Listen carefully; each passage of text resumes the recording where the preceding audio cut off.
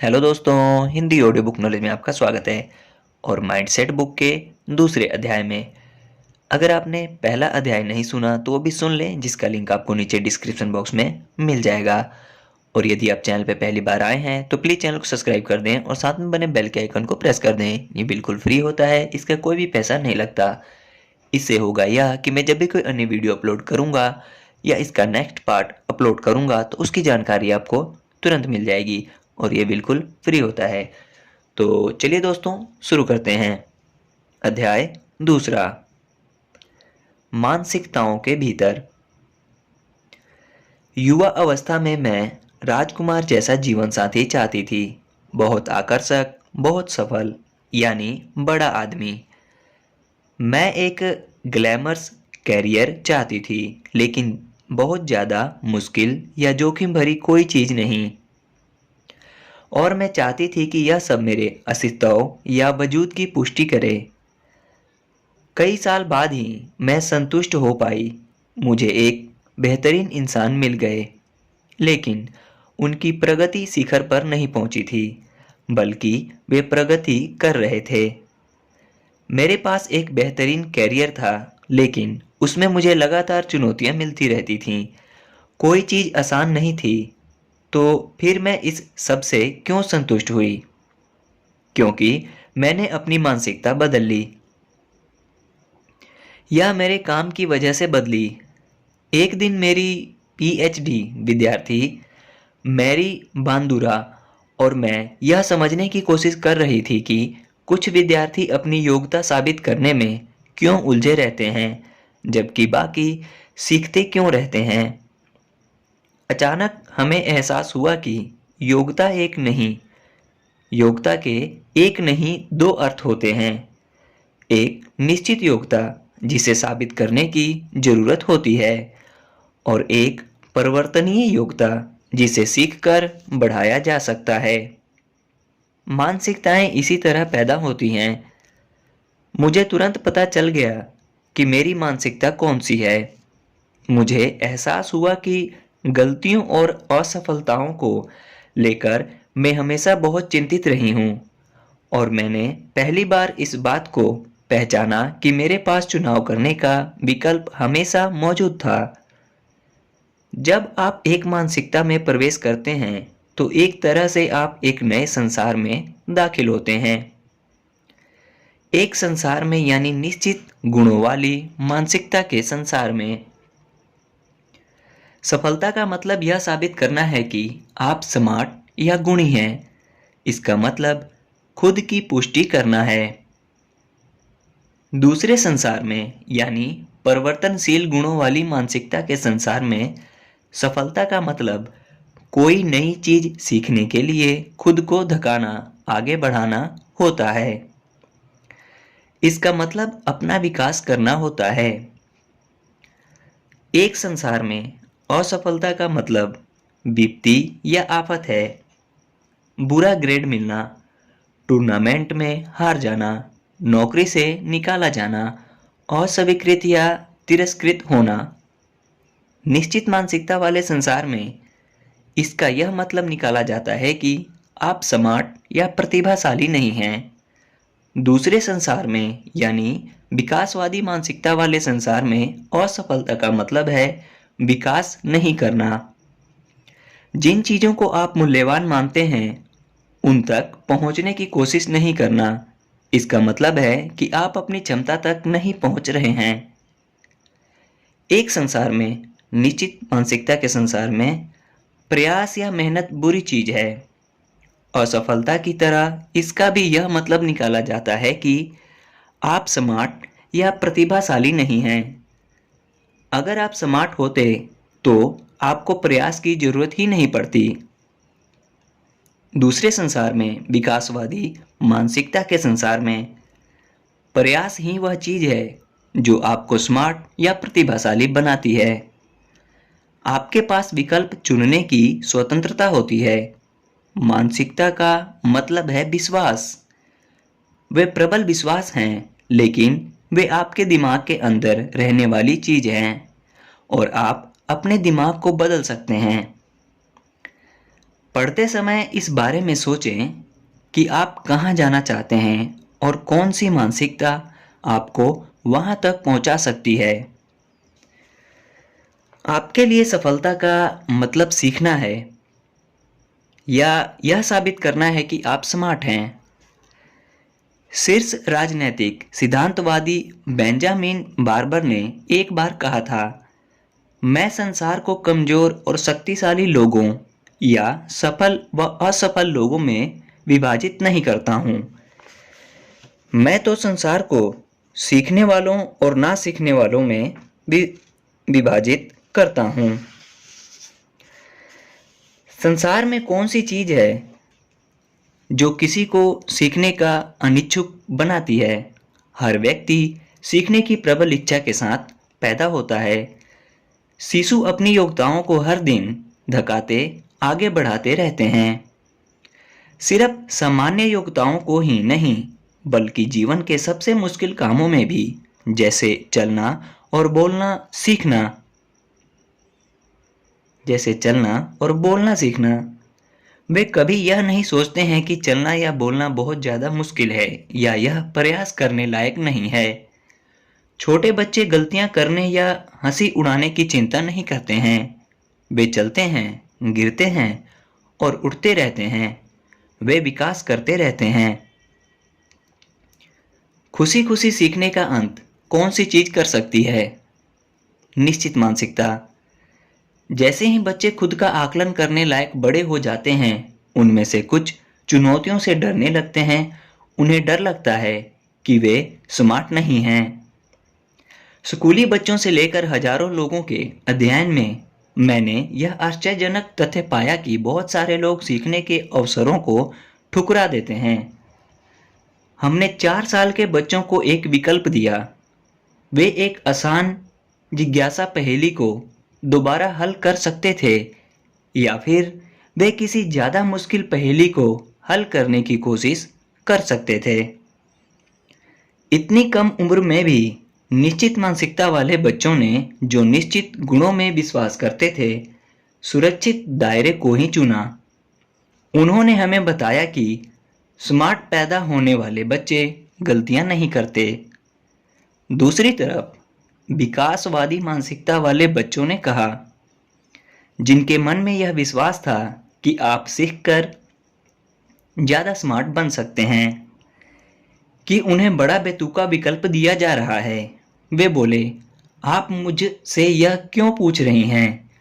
कोई भी उसी पहेली को बार बार क्यों करना चाहेगा? उन्होंने एक के बाद एक नई पहेली को चुना। एक छोटी लड़की चहकते हुए बोली, मैं इसे सुलझाने के लिए बुरी तरह बेताब हूं। इसका मतलब है कि निश्चित मानसिकता वाले बच्चे यह सुनिश्चित करना चाहते थे कि वे सफल हों।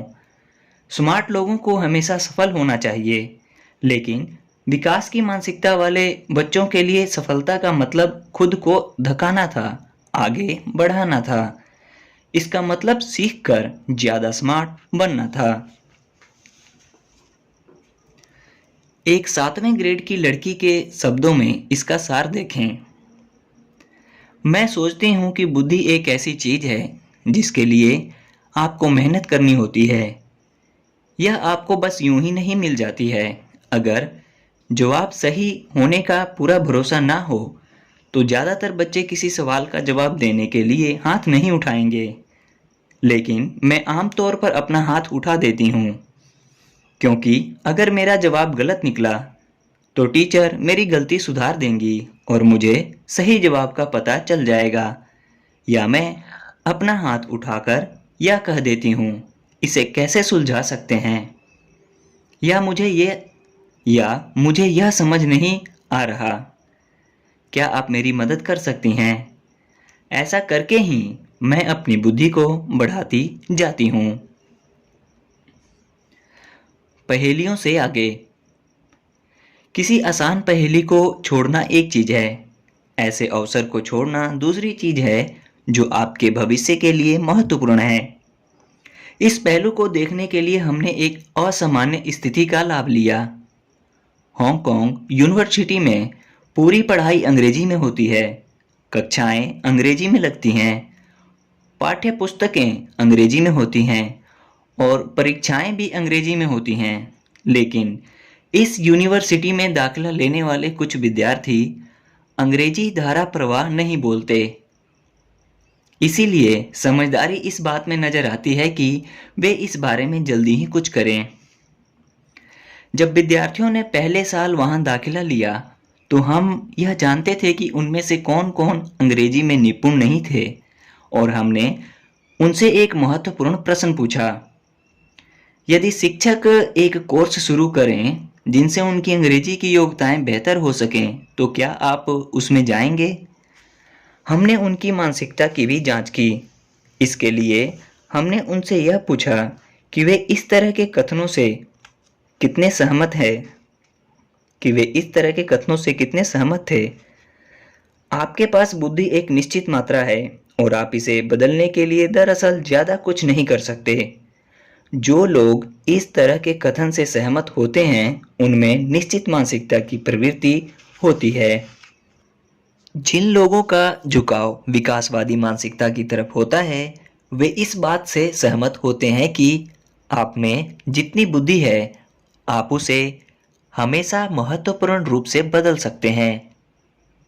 बाद में हमने उन विद्यार्थियों की निगरानी की जिन्होंने अंग्रेजी के कोर्स के बारे में हाँ कहा था। विकासवादी मानसिकता वाले विद्यार्थियों ने जोरदार हाँ कहा था, लेकिन निश्चित मानसिकता वाले विद्यार्थियों ने ज्यादा रुचि नहीं दिखाई थी। सफलता का मतलब सीखना है। इस विश्वास के तहत विकासवादी मानसिकता वाले विद्यार्थियों ने अवसर को जकड़ लिया, लेकिन निश्चित मानसिकता वाले विद्यार्थी अपनी कमियों को उजागर नहीं करना चाहते थे। इसके बजाय कुछ समय तक स्मार्ट दिखाने के चक्कर में वे अपने कॉलेज के कैरियर को जोखिम में डालने के लिए तैयार थे। इस तरह हम देखते हैं कि निश्चित मानसिकता लोगों को सीखने के प्रति अनिच्छुक बना देती है। ब्रेन वेव कहानी बता देती है। आप लोगों की ब्रेन वेव में भी अंतर देख सकते हैं।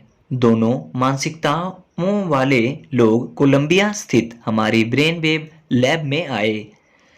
जब उन्होंने मुश्किल सवालों के जवाब दिए और उन्हें फीडबैक दिया गया तो हम इस बारे में जिज्ञासु थे कि उनकी ब्रेन वेव्स कब दिखाएंगी कि वे रुचि ले रहे हैं और ध्यान दे रहे हैं। निश्चित मानसिकता वाले लोगों की रुचि तब दिखी जब उनकी योग्यता के बारे में फीडबैक दिया गया। जब उन्हें बताया जा रहा था कि उनके जवाब सही थे या गलत, तो ब्रेन वेव्स बता रही थी कि वे करीबी से ध्यान दे रहे हैं। लेकिन जब उन्हें ऐसी जानकारी दी जा रही थी जो सीखने में उनकी मदद कर सके तो उनकी तरफ से रुचि का कोई संकेत नहीं मिला। जब उन्होंने किसी जवाब को गलत कर दिया था तब भी सही जवाब को जानने में उनकी जरा भी रुचि नहीं नजर आई। सिर्फ विकासवादी मानसिकता वाले लोगों ने ही उस जानकारी पर करीबी से ध्यान दिया जो उनके ज्ञान को बढ़ा सकती थी। उन्हीं के लिए सीखना प्राथमिकता वाला काम था। आपकी प्राथमिकता क्या है? अगर आपको चुनना हो तो आप किसे चुनेंगे? ढेर सारी सफलता और मान्यता या बहुत सारी चुनौतियां? ये विकल्प लोगों को सिर्फ बौद्धिक कामों में ही नहीं चुनने होते हैं। लोगों को तो यह भी निर्णय लेना होता है कि वे किस प्रकार के संबंध चाहते हैं।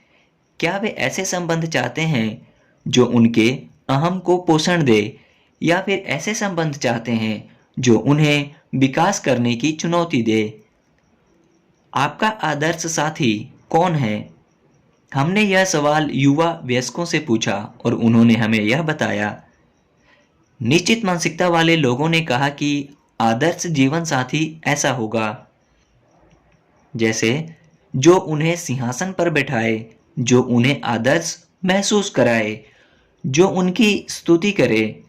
दूसरे शब्दों में उनका आदर्श साथी वह है जो उनके निश्चित गुणों का गुणगान करे। मेरे पति कहते हैं कि वे भी ऐसा ही सोचते थे और एक व्यक्ति, उनके जीवन साथी, कि ईश्वर बनना चाहते थे। सौभाग्य की बात है यह है कि वह मुझसे मिलने से पहले सौभाग्य की बात यह है कि मुझसे मिलने से पहले उन्होंने यह विचार छोड़ दिया था। विकासवादी मानसिकता वाले लोग एक अलग तरह का जीवन साथी चाहते थे। उन्होंने कहा कि उनका आदर्श साथी वह होगा जो उनके दोस्त देखे और उन्हें दूर करने में उनकी मदद करे, जो उन्हें बेहतर इंसान बनने की चुनौती दे, जो उन्हें नई चीजें सीखने के लिए प्रोत्साहित करे। निश्चित रूप से वे यह नहीं चाहते थे कि जीवन साथी हमेशा उनकी बुराई करता रहे या उनका आत्मगौरव कम करता रहे, लेकिन वे ऐसा जीवन साथी चाहते थे जो उनके विकास को बढ़ावा दे। वे यह मानकर नहीं चलते थे कि वे पूरी तरह विकसित या दोषहीन या आदर्श थे जिन्हें कुछ भी सीखना बाकी नहीं था। क्या आपके दिमाग में यह ख्याल आ रहा है कि अगर दो अलग अलग मानसिकता वाले लोगों की शादी हो जाए तो क्या होगा? विकासवादी मानसिकता वाली एक महिला ने निश्चित मानसिकता वाले पुरुष से शादी करने के बाद यह बताया, शादी में मेरे सिर पर लोगों का फेंका चावल अभी पूरी तरह झड़ भी नहीं पाया था कि मुझे यह एहसास होने लगा जैसे मुझसे बहुत बड़ी गलती हो गई है। जब भी मैं इस तरह की बात कहती थी, हम बाहर ज़्यादा क्यों नहीं चलते, या मुझे अच्छा लगेगा अगर आप निर्णय लेने से पहले मुझसे सलाह ले लें, तो हर बार मेरे पति रूठ जाते थे। फिर मेरे उठाए मुद्दे पर बातचीत तो धरी रह जाती थी और मुझे 1 घंटे तक नुकसान की मरम्मत करनी पड़ती थी और उनके मूड को दोबारा सही करना पड़ता था। इसके अलावा ऐसे मौक़ों पर हर बार वे अपनी माँ को फ़ोन करने दौड़ पड़ते थे, जो हमेशा उन पर लाड बिखेरती थीं, जिसकी उन्हें ज़रूरत नज़र आती थी। हम दोनों ही युवा थे और हमारी अभी अभी शादी हुई थी। मैं बस बातचीत करना चाहती थी। यहाँ सफल संबंध के बारे में पति का विचार पूर्ण गैर आलोचनात्मक स्वीकृति पत्नी के विचार से मेल नहीं खा रहा था और सफल संबंध के बारे में पत्नी का विचार समस्याओं का सामना करना पति के विचार से मेल नहीं खा रहा था। एक व्यक्ति का विकास दूसरे व्यक्ति का बुरा सपना था। सीईओ रोग। आपको हैरानी नहीं होगी कि सिंहासन पर बैठकर शासन करने और आदर्श माने जाने की इस इच्छा को प्राय सीईओ रोग भी कहा जाता है। ली आयाकोका इसके जीवंत उदाहरण थे। क्राइसलर मोटर्स के मुखिया के रूप में उन्होंने शुरुआती सफलता पाई थी, लेकिन इसके बाद आयाकोका काफी कुछ निश्चित मानसिकता वाले हमारे 4 साल के बच्चों जैसे दिख रहे थे। वे पुराने मॉडलों में सिर्फ छुटपुट परिवर्तन करके उन्हीं को बार बार उतार रहे थे। बुरी खबर यह थी कि उन मॉडलों को अब कोई खरीदना ही नहीं चाहता था।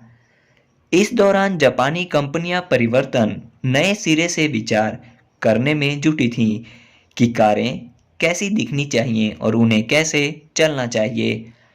हम जानते हैं कि इसके बाद क्या हुआ। जापानी कारों ने तेजी से अंतर्राष्ट्रीय बाजार पर कब्जा कर लिया।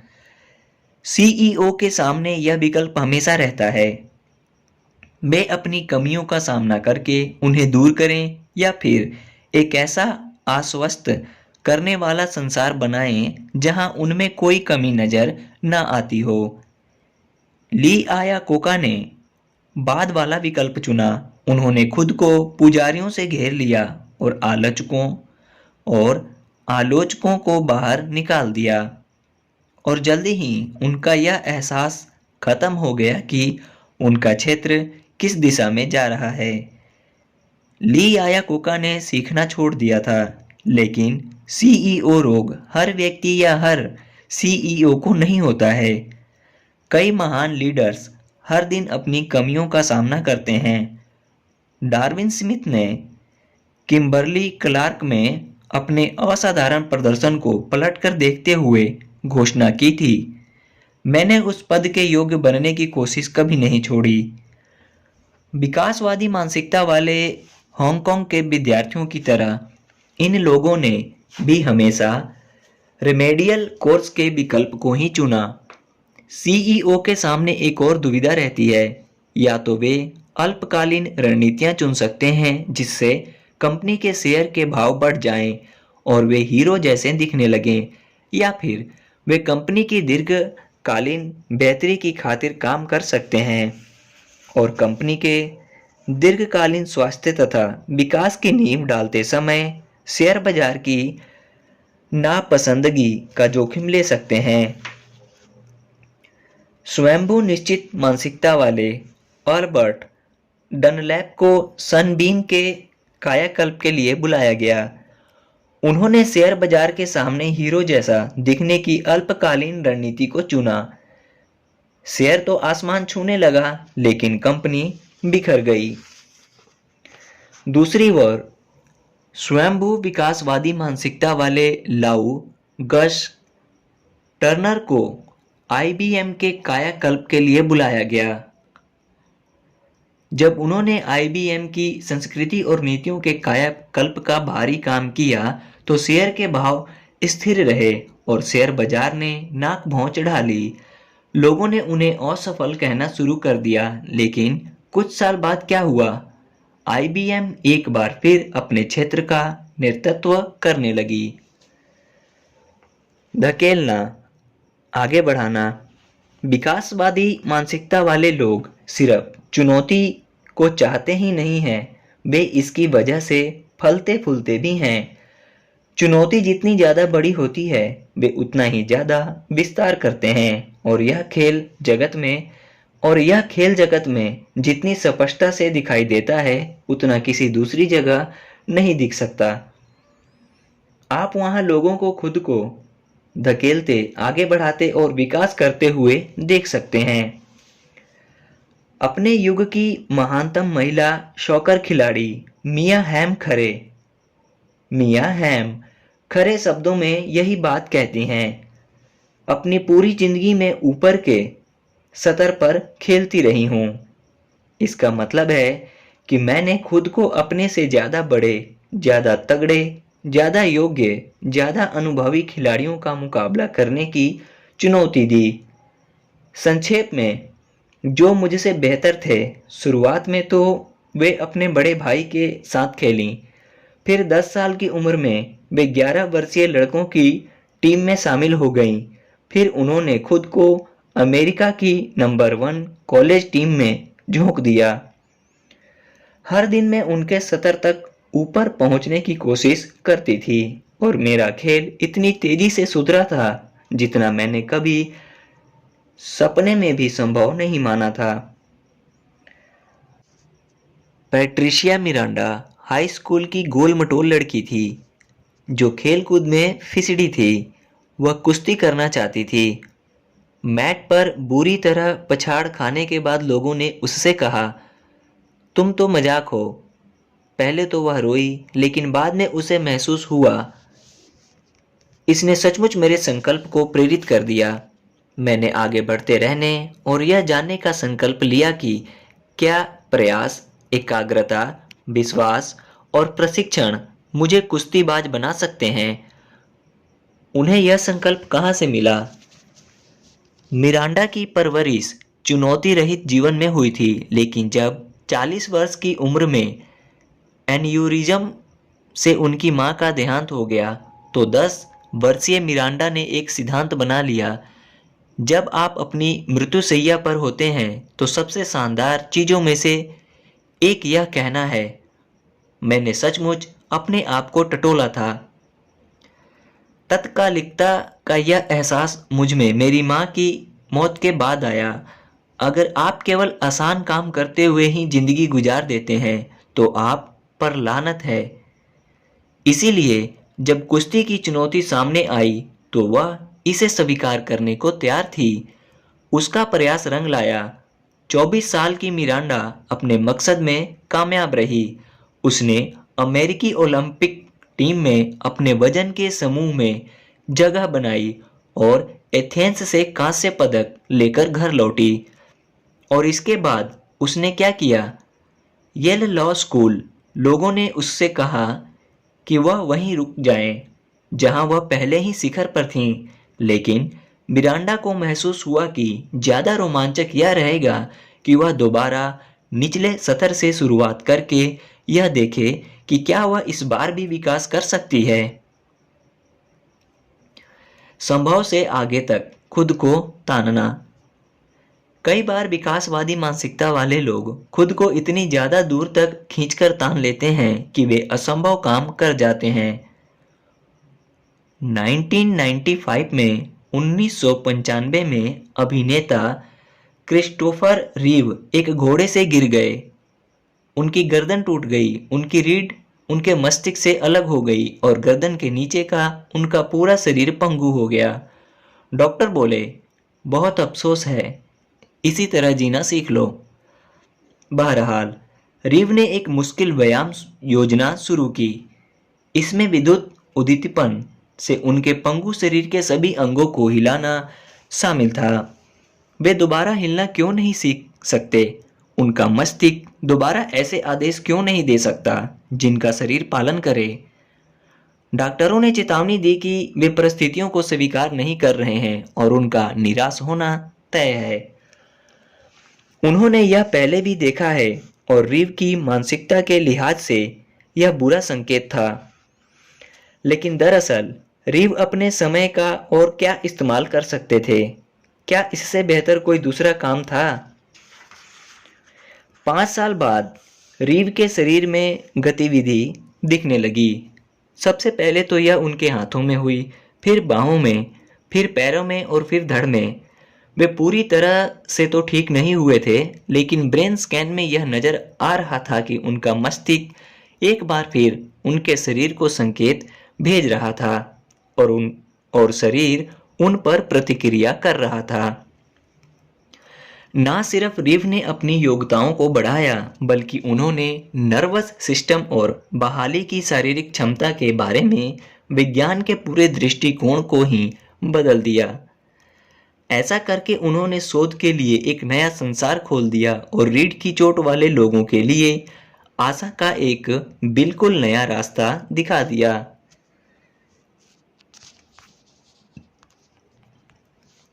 निश्चित चीज पर फलना फूलना।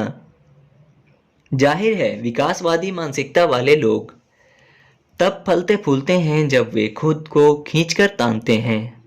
निश्चित मानसिकता वाले लोग कब फलते फूलते हैं? जब चीजें उनकी पकड़ के भीतर सुरक्षित तौर पर होती हैं, जब परिस्थितियां बहुत ज्यादा चुनौतीपूर्ण हो जाती हैं, जब वे स्मार्ट या प्रतिभाशाली महसूस नहीं करते हैं, तो उनकी रुचि खत्म हो जाती है। मैंने इसे तब होते देखा जब हमने प्री मेडिकल विद्यार्थियों को रसायन शास्त्र के पहले सेमेस्टर में देखा। कई विद्यार्थियों के मामले में जीवन उन्हें इसी लक्ष्य की ओर लाया था, डॉक्टर बनना। और यही वह कोर्स था जो फैसला करेगा कि कौन डॉक्टर बनता है। यह कोर्स बहुत मुश्किल होता है। हर परीक्षा का औसत ग्रेड C+ होता है। गौर करें, यह ग्रेड उन विद्यार्थियों को मिलता है जिन्हें अब तक A ग्रेड से कम शायद ही कभी मिला है।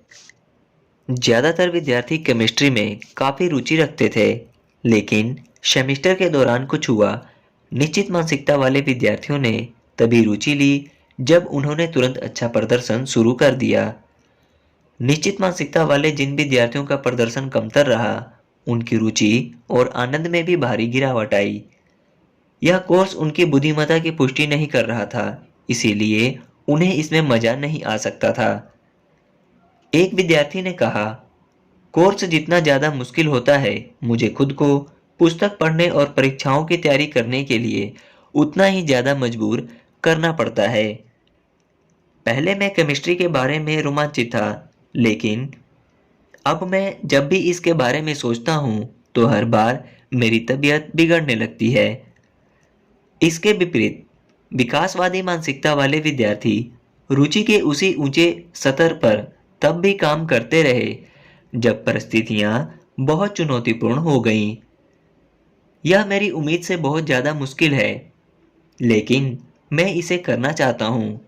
इसीलिए इस वजह से मेरा संकल्प बढ़ गया है।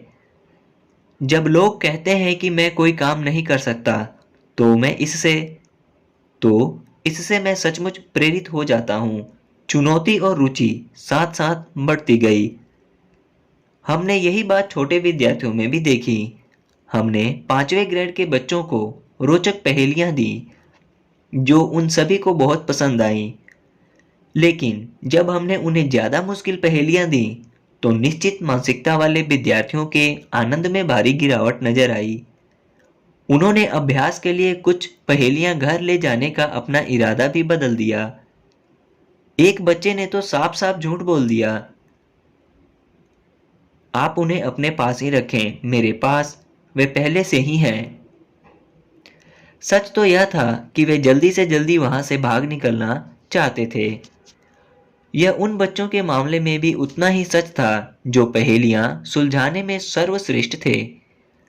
पहेली प्रतिभा होने के बावजूद उनके आनंद में कमी आ गई। दूसरी ओर विकासवादी मानसिकता वाले बच्चे मुश्किल समस्याओं से दूर रह ही नहीं पा रहे थे। मुश्किल पहेलियां ही उनकी प्रिय पहेलियां थीं और वे इन मुश्किल पहेलियों को ही घर ले जाना चाहते थे। एक बच्चे ने पूछा, क्या आप इन पहेलियों के नाम लिख सकती हैं ताकि मेरी मम्मी इनके खत्म होने के बाद कुछ और मुश्किल पहेलियां दे सकें। कुछ समय पहले मैंने महान रूसी नर्तकी और शिक्षिका मैरिना सेम्योनोवा के बारे में पढ़ा, जिन्होंने अपने विद्यार्थियों को चुनने का एक नया तरीका इजाद किया था। यह मानसिकता की चतुराई भरी परीक्षा थी। जैसा एक पूर्व विद्यार्थी ने कहा है, उनके विद्यार्थियों को सबसे पहले तो परीक्षा के दौर से गुजरना होता था, जिसमें वे इस बात पर गौर करती थीं कि आप प्रशंसा और सुधारवादी आलोचना पर कैसी प्रतिक्रिया करते हैं। जो लोग सुधारवादी आलोचना पर अच्छी प्रतिक्रिया करते थे, उन्हें ही योग्य माना जाता था। दूसरे शब्दों में, वे आसान चीज़ों से रोमांच पाने वालों, जिन चीज़ों में वे पहले ही माहिर थे, को उन विद्यार्थियों से अलग करती थीं जिन्हें मुश्किल चीज़ें करने में रोमांच महसूस होता था। मैं वह समय कभी नहीं भूलूंगी जब मैंने खुद को पहली बार यह कहते सुना, यह मुश्किल है, यह मज़ेदार है। उसी पल मैं यह बात जान गई कि मेरी मानसिकता बदल रही थी। आप कब स्मार्ट महसूस करते हैं? आप कब स्मार्ट महसूस करते हैं? जब आप दोष रहित होते हैं या जब आप कुछ सीखते हैं? कहानी गहरी है, क्योंकि निश्चित मानसिकता में सफल होना ही काफी नहीं है। स्मार्ट और प्रतिभाशाली दिखना ही पर्याप्त नहीं है। आपको दोष रहित भी दिखना होता है, और वह भी तुरंत। हमने ग्रेड स्कूल जाने वालों से लेकर युवा वयस्कों तक से पूछा, आप स्मार्ट कब महसूस करते हैं? अंतर आश्चर्यजनक थे। निश्चित मानसिकता वाले लोगों ने कहा, जब मैं कोई गलती नहीं करता हूं, जब मैं कोई चीज तेजी से पूरी कर लेता हूं और यह आदर्श होती है, जब कोई चीज मेरे लिए आसान होती है लेकिन दूसरे लोग उसे नहीं कर सकते। यह तुरंत आदर्श बनने और दिखने के बारे में है। लेकिन विकासवादी मानसिकता वाले लोगों ने कहा, जब काम सचमुच मुश्किल होता है और मैं सचमुच कड़ी कोशिश करता हूँ और मैं कोई ऐसी चीज कर सकता हूँ जो मैं पहले नहीं कर सकता था, या जब मैं किसी चीज पर लंबे समय तक मेहनत करता हूँ और मैं आखिरकार इसे समझने लगता हूँ। उनके लिए सफलता का मतलब तुरंत आदर्श होना नहीं है। इसका मतलब तो समय के साथ कोई चीज सीखना है, किसी चुनौती से मुकाबला करना और प्रगति करना है।